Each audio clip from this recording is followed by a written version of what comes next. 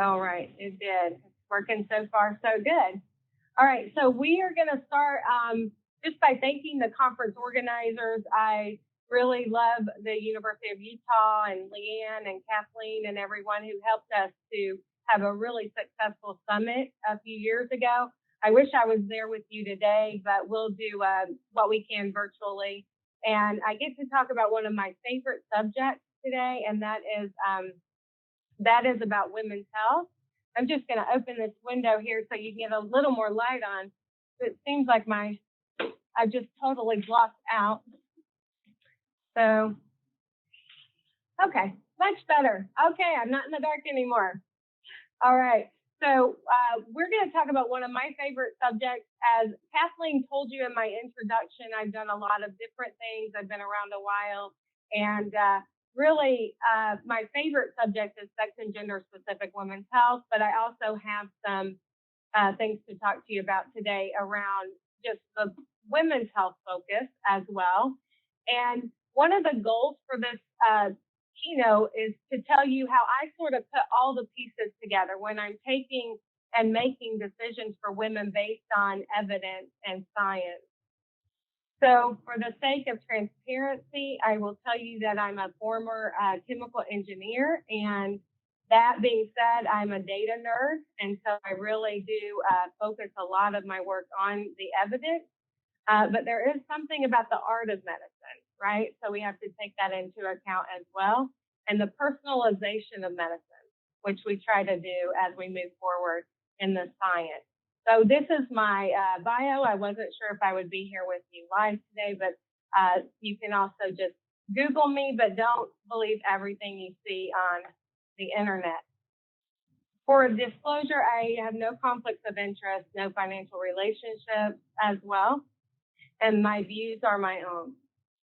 So first I want to talk about sex and gender-specific medicine, just to give you a little bit of a taste of how we think about this when it comes to women's health. And first to talk about the dynamics of the, actually, let me see if I can get this there. There we go. There, now you can see my screen. So sex is a biological variable, chromosomal, physiological, typically binary, not always. And gender is a social construct. It is environmental and societal construct. It is a spectrum, so masculine, feminine, man, woman, both, neither, other. There are about 40 different terms that have been identified around the gender spectrum. Male and female are the terms that we utilize when we talk about sex. So I'll talk a little bit about how we misuse these terms. This is a graph that shows you between 1982 and 2005 in the Journal of Applied Physiology that somehow around 1994 to 97 and into 98, gender began being utilized in the titles of these journal articles. Now you might say, well, what's wrong with that? Well, this is a basic science journal. This is cell, tissue, and animals for the most part. So gender is a social construct. So what happened was somehow in our society, we decided that the word sex was not the appropriate term to use in the science. What this has done is caused a lot of confusion around these two terms, and it's also caused a lot of confusion in our published literature as well. So whenever I pick up an animal model study about sex differences and I see the difference in such and such by gender, that's absolutely incorrect. So if you're researchers and you're on the in the conference today, please, if you're using cell, tissue, or animal, unless you're studying higher primate and behavior and environmental factors, then it would be utilizing the male, female, and sex terms. We know that the pipeline is covered predominantly by males, either in cell-based research where we have about 76% of the cells are either undetermined, not reported, or male. And then moving into animal-based, and you can see even in our early phase 1 and 2 studies, clinical studies, women are vastly outnumbered by, females are vastly outnumbered by males. We have 51% of females in the global population, and 80% of females are healthcare consumers. So the World Health Organization says that 80% of healthcare consumerism is in with women and girls. So if we take a pipeline that's lined with males or really undesignated sex and gender, and we don't look at the data by sex and gender, then we're likely to apply scientific studies to a population where it may not be applicable. And I think that's the big question that we have, and why those of us who work in this area really believe that you should look at the data, even in a post hoc analysis, which is what I'm going to show you here shortly. So looking at sex differences in the pattern of coronary artery disease, you've probably seen this before. We know that men create peaks and valleys, and women lay down a more smooth but a more pliable plaque that tends to rupture. That is just and there are lots of comorbidities and mortality and endpoints around sex differences and heart disease and cardiovascular disease. That was sort of the signature disease that came up in the early 2000s with the Red Dress campaign and Go Red for Heart campaign around what's the difference between men and women and heart attacks and heart disease. So I'm going to show you a study then that was done at Cleveland Clinic and published in 2018, where they looked at 490 men, 233 women. They looked at the door to needle time, and they also looked at when the guidelines were followed as recommended. And in STEMI care, we have some really big studies. We have really great evidence around STEMI care. And what they found was that men received the guidelines 77% of the time and women 69%. And women had a longer door to needle time. In fact, the 6% change in the door to needle time actually correlated with the 30-day mortality, which was 6% higher in women. So Cleveland Clinic prides itself on top level heart care. They, I think, performed the first heart transplant. And they said, what is going on here? Because there's obviously a difference in the care that we're giving between men and women. And the reason I use the term men and women here is because that's how we present ourselves in the emergency room. We present as our gender, and we are looked upon in our environment by gender. So when they did a 4-step protocol, which basically said, you know what? You don't get to make these decisions. We're going to give you a step-by-step protocol to follow, and let's see if the data is different, if we give you a more standardized protocol. And this is what happened. Before the protocol, you can see the numbers that I just showed you. And then after the protocol is at the bottom of this screen.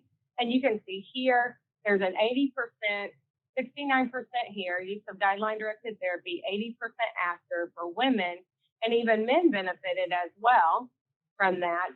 And the door-to-needle time for women went from 112 to 91 minutes, and for men, 104 to 89 minutes. The 30-day mortality went from 6.5% to 3.3%, and that was not statistically significant.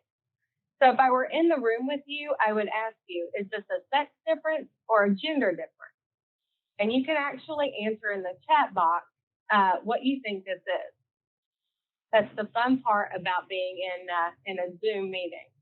So I'm going to show here the differences and tell you that what this did was it removed the implicit gender bias. And this is a gender issue. This is not a sex issue. Now, the remaining difference of mortality, a 30-day mortality, actually may be due to sex differences in cardiovascular disease, which is what I started off with when I showed that graph of the arteries. So now I'm going to talk about participation of women in clinical trials for heart disease drugs. We looked at 36 drugs across 10 years, a decade at FDA while I was there.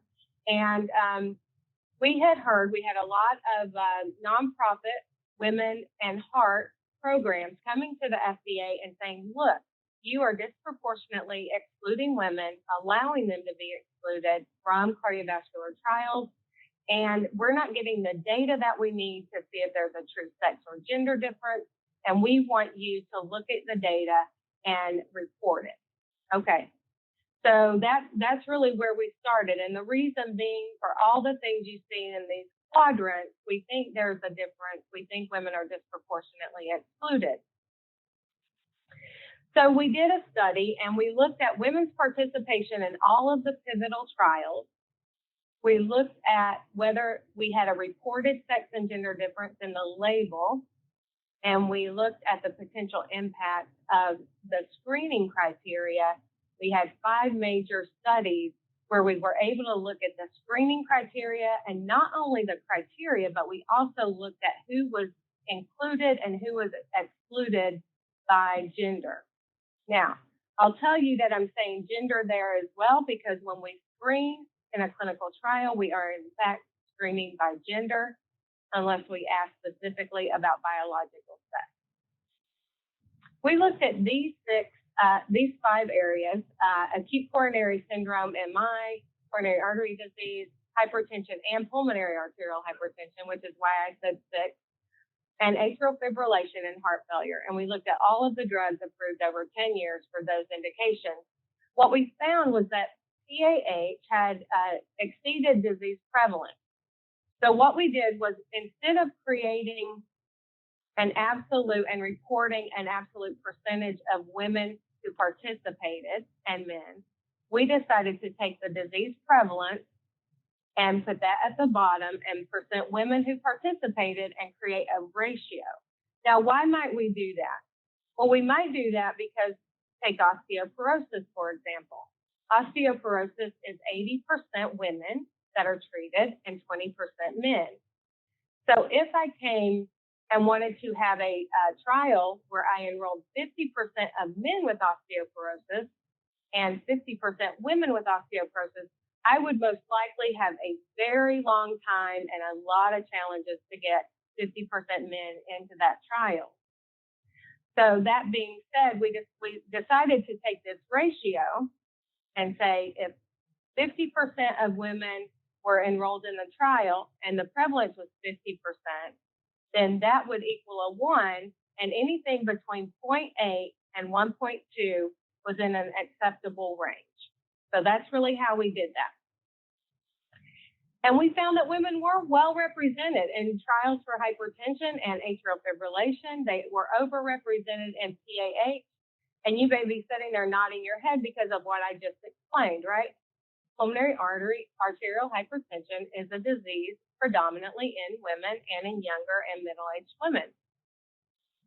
Based on disease prevalence, women were underrepresented in coronary artery disease, heart failure, and acute coronary syndrome, and there were no gender differences or sex differences in safety and efficacy profiles that were studied.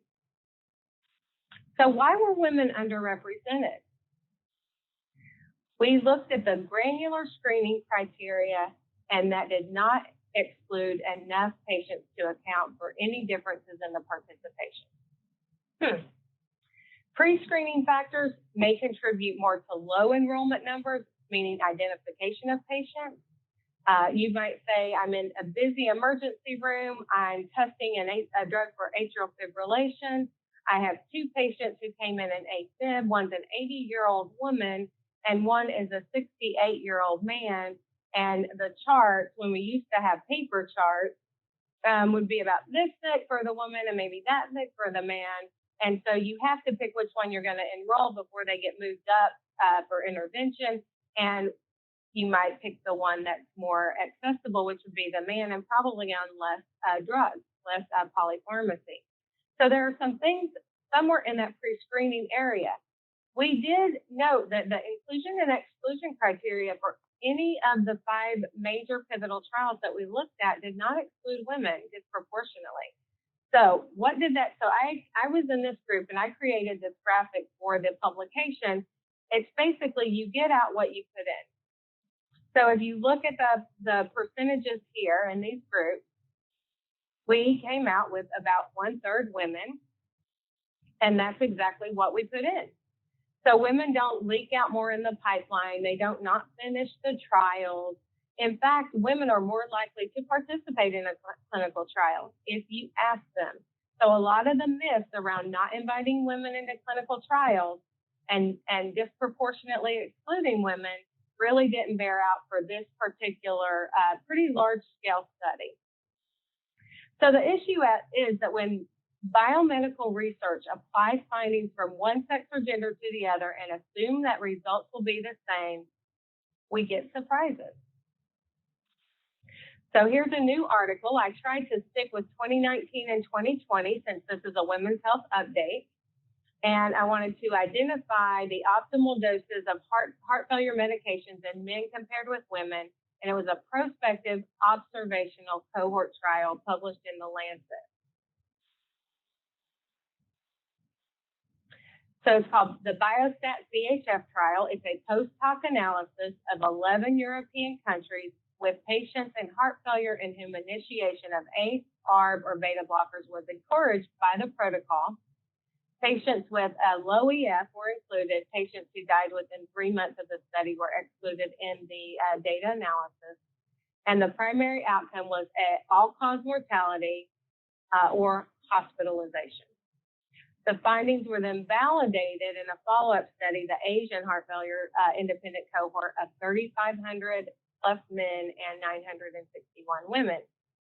So you may at that point say, again, we are still enrolling more men, even in this trial, which is a prospective cohort trial.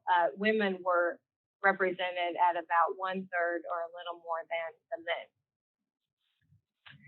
So here are the characteristics. There were some differences. Women had lower body weight and height, but the same BMI calculations. Women had less history of smoking, heart disease, atrial fibrillation, and renal disease.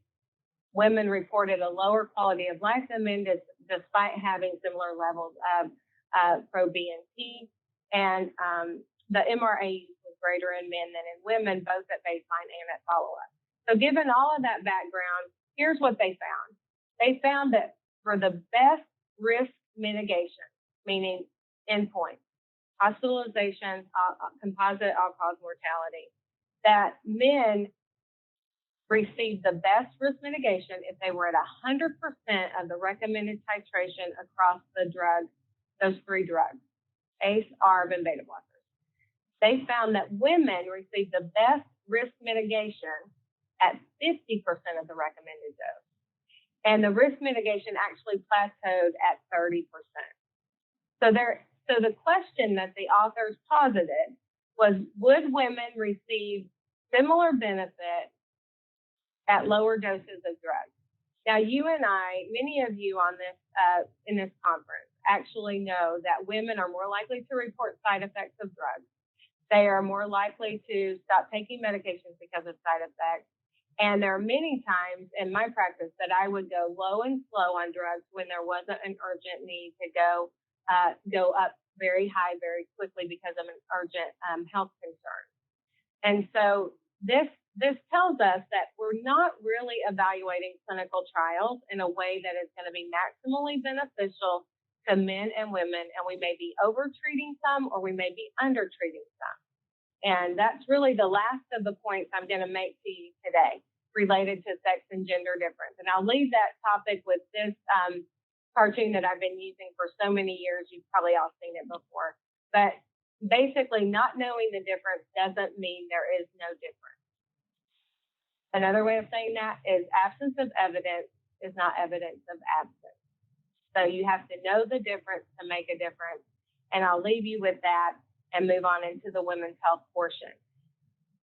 When I say sex and gender specific women's health, I'm talking about all of those things that is the total women's health from head to toe, and a biopsychosocial model, et cetera. When I think about women's health for myself, I tend to think about some things that are specific to women, and those I really wanted to emphasize today on some of the updates. So one thing that women and men both suffer from is Hashimoto's, but we know Hashimoto's is an autoimmune disease. And we also know that autoimmune diseases tend to affect about 3 out of every 4 women versus 3 out of 80% women, give or take, versus men have autoimmune disease. So in this study, I thought this was a fascinating study because if you've ever taken care of a Hashimoto's patient, you know that it is very challenging in some patients. You will get them use thyroid, they will still feel sluggish and tired and gain weight and have low mental acuity and just tell you, I don't feel good. And you're trying your best and you're watching the labs and you're tweaking the meds and they're just not feeling well. And so this study is 150 euthyroid patients. 137 were women, which tells you this is a trial that probably could not have enrolled 50% men because it's Hashimoto's, with persistent Hashimoto-like symptoms. The antithyroid peroxidase antibodies were greater than 1,000, and they were randomized to complete thyroidectomy or medical management. They followed them for 18 months, and the surgery group experienced decreasing likelihood of chronic fatigue from 82 to 35%, and the serum anti-TPO antibodies dropped rapidly in almost all surgical patients by 18 months. And this is more granular data. Their fatigue score decreased from 23 to 14 points. Chronic fatigue frequency decreased from 82 to 35. Their median serum anti-TPO antibodies actually decreased from 2,232 to 152, which is a remarkable difference. So my question to you, as I said today, is how do we practice around guidelines and research? So my question to you is, would this research change your practice?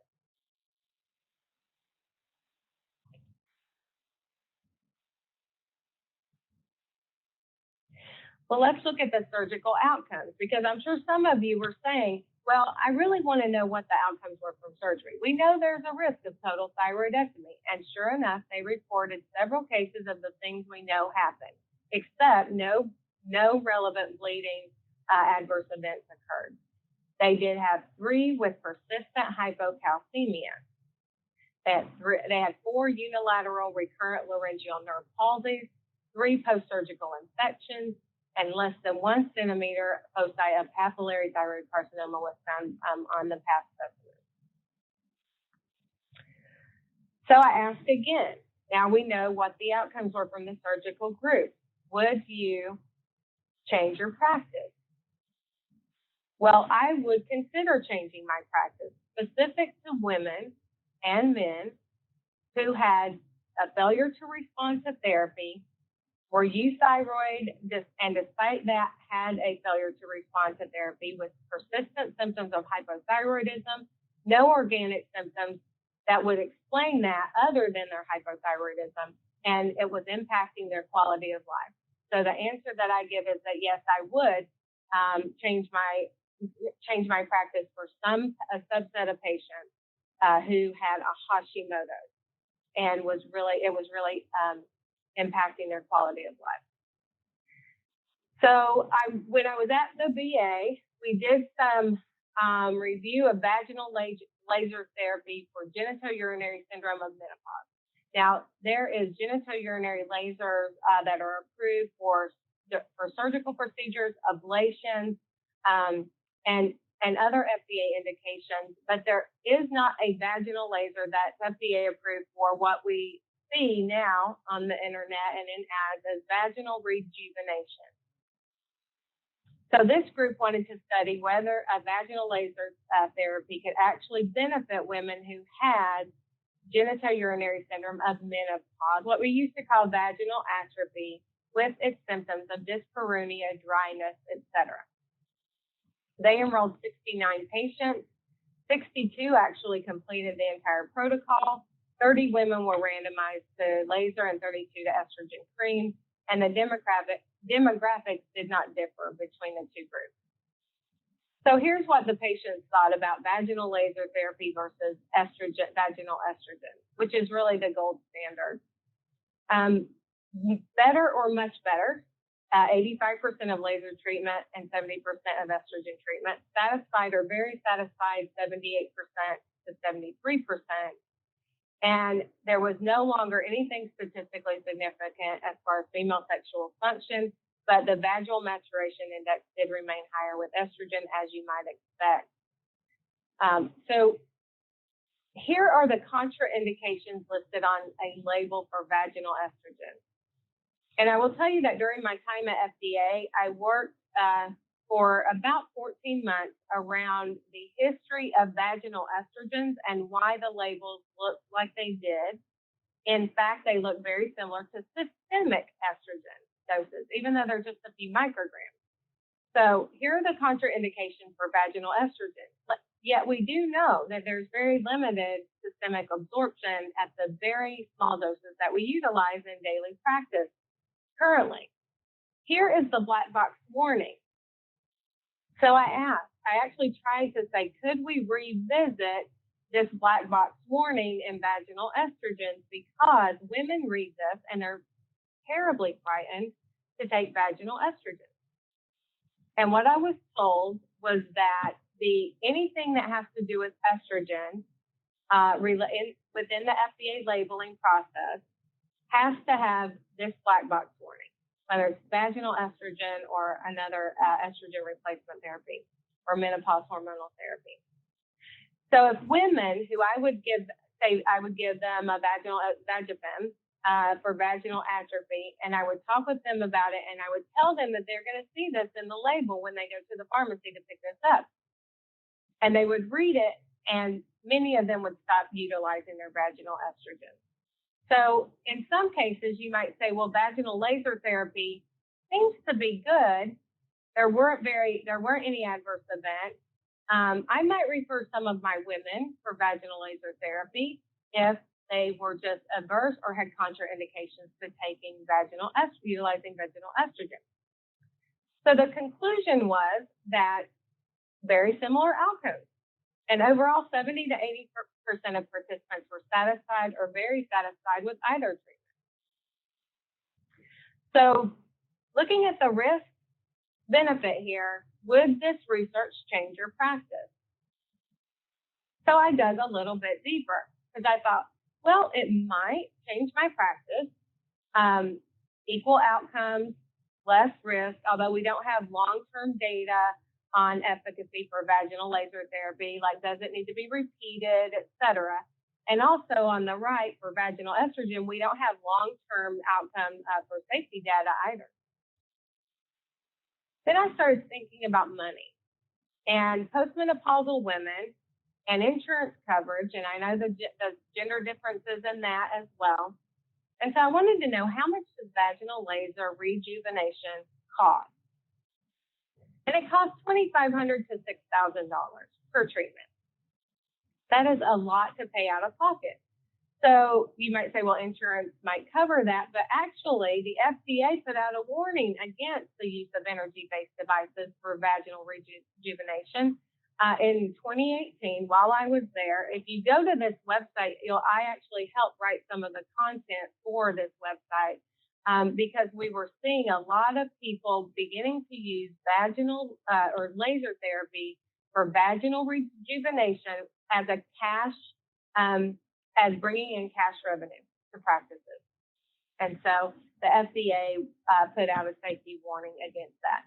In addition, the study was forced to end because the FDA put out a warning letter to the sponsor.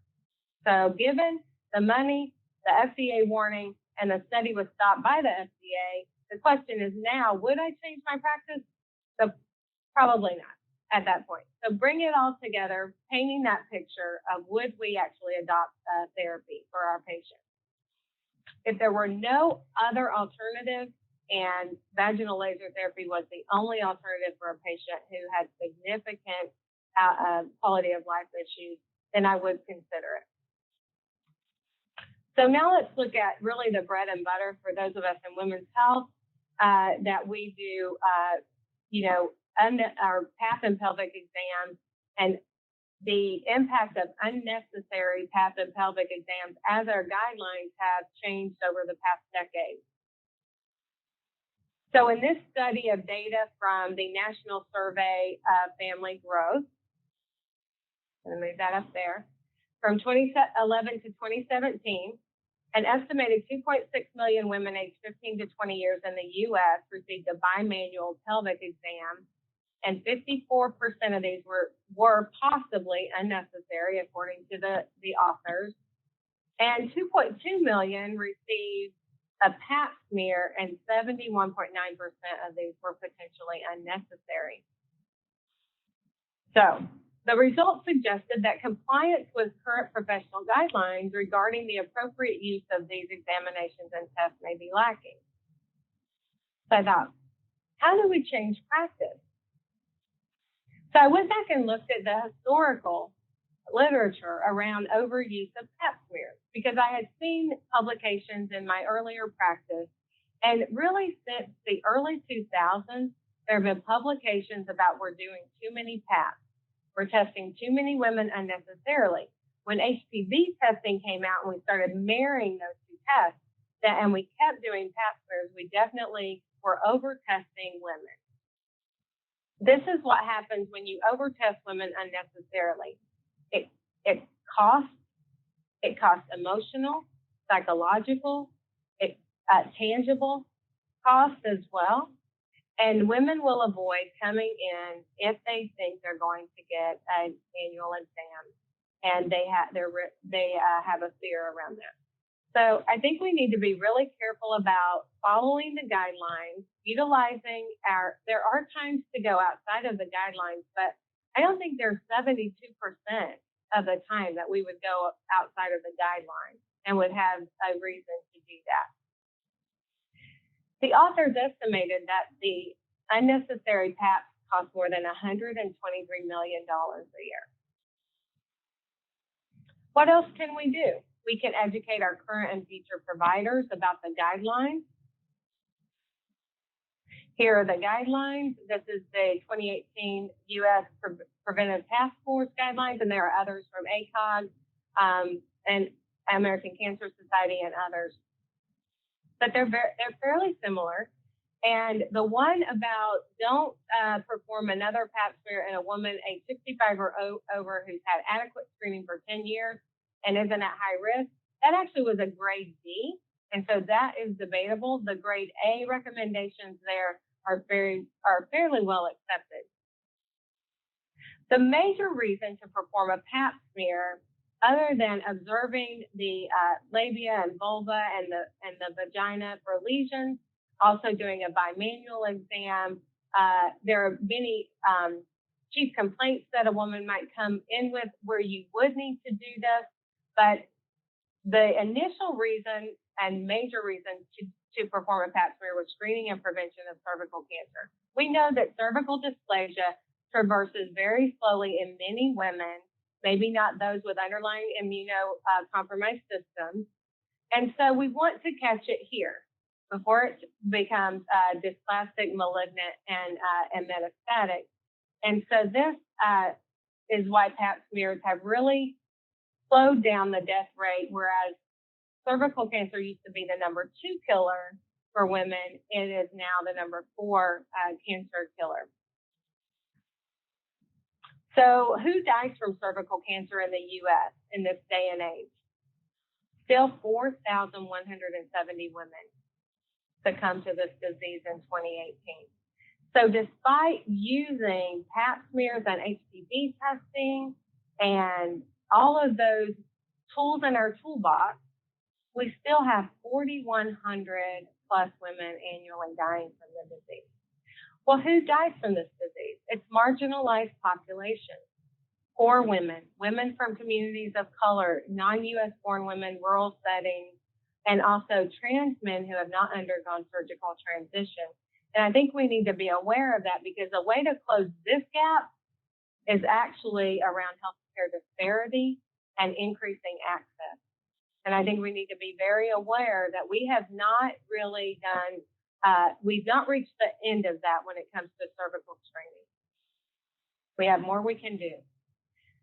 HPV vaccine is a cancer prevention vaccine. You all know this on the conference, but I lived in a very conservative part of the country when the HPV vaccine was first approved in 2006, and I can tell you that many were teaching that HPV vaccine was an STD prevention vaccine that would allow people to be sexually promiscuous. And that is exactly why there was a big upsurge and societal issues around HPV vaccine. What it did was it caused us to not uptake this vaccine as rapidly as we otherwise would have. We did a great disservice, and I'm sure we lost lives because of that. This is the first cancer prevention vaccine. I think it's pretty amazing. You can see the approval here. The Gardasil 9-valent was recommended for both men and women in 2018. So it actually crossed genders for men and women aged 27 to 45. So the publication I just want to chat with you about here is the new ACIP recommendations around HPV for adults. This is the HPV recommendation currently. You have the initial vaccine from 9 to 14 recommended at 11 to 12 for maximal effective before sexual activity, and catch-up vaccine scenarios that you see in the lower two rows. I think we need to talk about, when we do big public health prevention programs, we need to think about what impact we're having. So the ACIP did look at healthcare economic models. They looked across 5 models and said, if we continue doing the existing program prior to 2019, when the HPV vaccine was only approved for women up through 45, then the number needed to vaccinate to prevent 1 case of anogenital wart, CIN2, or cancer would be 9, 22, and 202. So those are pretty good numbers. Expanding the recommendations for males through age 26 to harmonize catch-up vaccine across genders, the number needed to vaccinate rose to 4,450 and 3,200. Expanding the recommendations to include adults through age 45, you would need to vaccinate 120, 800, and 6,500. And in fact, the incremental cost per quality of life year for vaccinated adults through 45 years across 4 models exceeded $300,000. And so I think that, and that is why we have the indication for those adult patients, if you're not doing a catch-up, then we should really have a discussion with them about the benefits of the HPV vaccine. So it really isn't just vaccinate everyone from age 9 to age 45, both genders. That's not what we should be doing, and there's reasons for that. So I'm actually going to end on a topic of a sexual desire disorder. I spent much of my practice treating sexual disorders in both men and women. And I had a very busy practice around this topic. And I've always monitored, since the release of Viagra and Levitra and Cialis and other medications for erectile dysfunction, I've always been mindful of what's coming down the pipe for female sexual dysfunction. And so hypoactive sexual desire disorder, you might recall, had a drug called flibanserin that was approved in 2015. It was a drug for the treatment of hypoactive sexual desire disorder in pre-menopausal women. Yet the safety studies showed that 18 of 20 of the subjects in those safety studies were men. So the interaction, the safety study that studied alcohol and flibanserin interaction, the FDA actually accepted the data from 18 men versus women. And they approved the drug. And they required some post-marketing safety studies, which have been done and actually don't show a dramatic interaction. But at the same time, flibanserin, marketed under ADDI, also did not hit the market by storm, to say the least. When Viagra was first released, over the first 3 months, hundreds of thousands of prescriptions were written. When ADDI was released, in the first month, only 277 prescriptions were written. It's a daily drug. These are the headlines we saw around this. The pink Viagra, FDA-approved female Viagra with strong warning, etc. So then we see the drug that was just approved, which is 2019, for the treatment of hypoactive sexual desire disorder in 2 randomized phase 3 trials. And that is, I'm going to go over these pretty quickly because we're running short on time. But you can see here in these two studies, they were equally matched, study 301, study 302. You can see here there was a placebo effect, baseline and in the study here, and then the treatment arms here, and then they integrated the placebo arms and the treatment arms here. And you can see a marked increase on sexual encounters that were satisfying. That was the variable. So that's what we're looking at here. So when I first was reading about this drug, it's a melanocorticoid receptor agonist, and I thought this data looks really promising. And then I looked a little closer, and we saw that the withdrawal rate for those in treatment was about 41.9%, going to 43.8%, and 16% and 28.4%. And I thought, well, that's really interesting. What are the adverse events that they reported? And they reported up to 40% of the participants actually reported nausea after the injection. Flushing, headache, and dizziness were also reported by the participants. So Valisi is actually taken sub-Q as an injection 45 minutes prior to sexual activity. So compare that to Viagra, where you just have to pop a pill, and not more than one dose per 24 hours, which is, again, something different. Now, why would they tell you not to take more than one dose per 24 hours? That's because you can't take more than 8 doses per month, because it actually elevates your blood pressure, and it causes hyperpigmentation in 1% of the users. And in half of those, it did not resolve with cessation of the drug. The reason I bring that out is because I'm going to slide in there some issues about diversity in clinical trials. The patients that did not resolve the hypopigmentation were women of color. So I went to the FDA website and I saw that Valisi in the drug trial snapshot, where they report by race, had only 12% Black or African American women enrolled in the study. So, and in a study of 1,200 people, you're not going to be able to determine whether there's a significant difference there. So in that respect, what I saw here was that we have two drugs approved by FDA with about 10% efficacy, maybe a little more in Valisi. We have significant side effects, cost. Levanteride or Addy was marketed at $800 a month. It was under a REMS, which was a risk mitigation from the FDA. So we have all of these things, and yet we have a whole cadre of drugs to treat male erectile dysfunction. And I went to something that I actually utilize a lot in my practice, and it was testosterone replacement therapy in women. And this has waxed and waned in interest regarding women, but there's a global consensus position statement on the use of testosterone therapy in women that came out in 2019. And I'm not going to go through all of the recommendations. It was very well done. And there were insufficient data, I'll just note here, to make any recommendations regarding the use of testosterone in pre-menopausal women.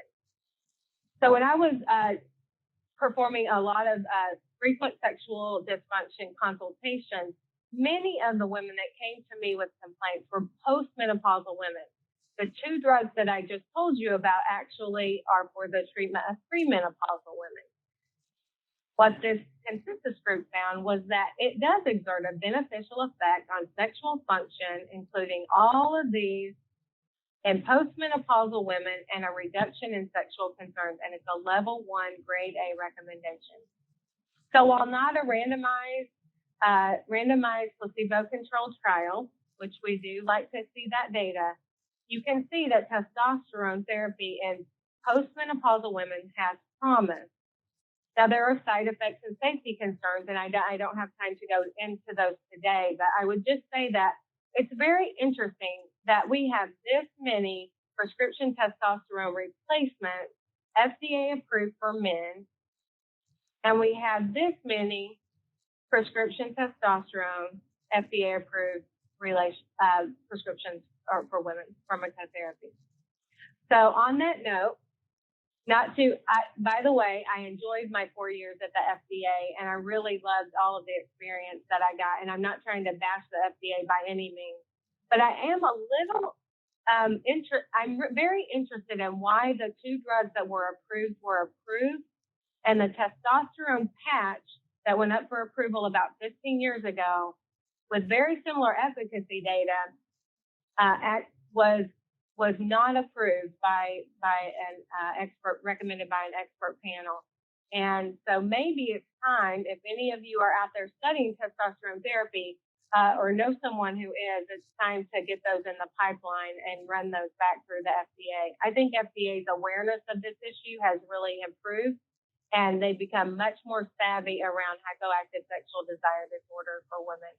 So with that, I'm going to just tell you that we need better treatment options, and at a minimum, we need FDA to approve a testosterone therapy.